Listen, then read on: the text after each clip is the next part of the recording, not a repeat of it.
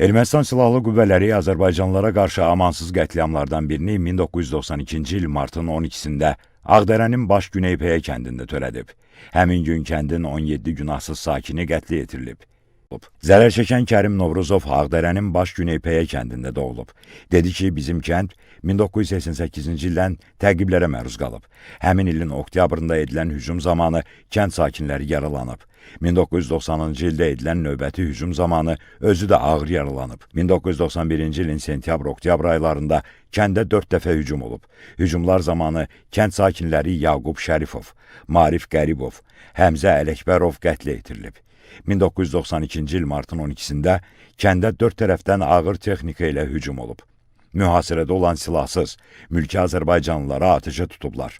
Baş prokurorun böyük köməkçisi Vüsal Əliyevin sualına cavabda dedi ki, həmin hücum zamanı atası Əvəz Novruzov, qardaşı Ziya Novruzov, əmiləri İsa Novruzov, Əsəddin Novruzov və Şəmsəddin Novruzov, nənəsi Səkinə Novruzova və digər kənd sakinləri, ümumilikdə 17 nəfər mülki Azərbaycanlı qətlə yetirilib. Ermənistan ordusu qətlə yetirilənlərin meyitlərini onlara verməyib. Həmin vaxt bir ailə tamamilə məhv edilib. İndiyədək əzizlərinin nəşinin harda olduğu bəlli deyil.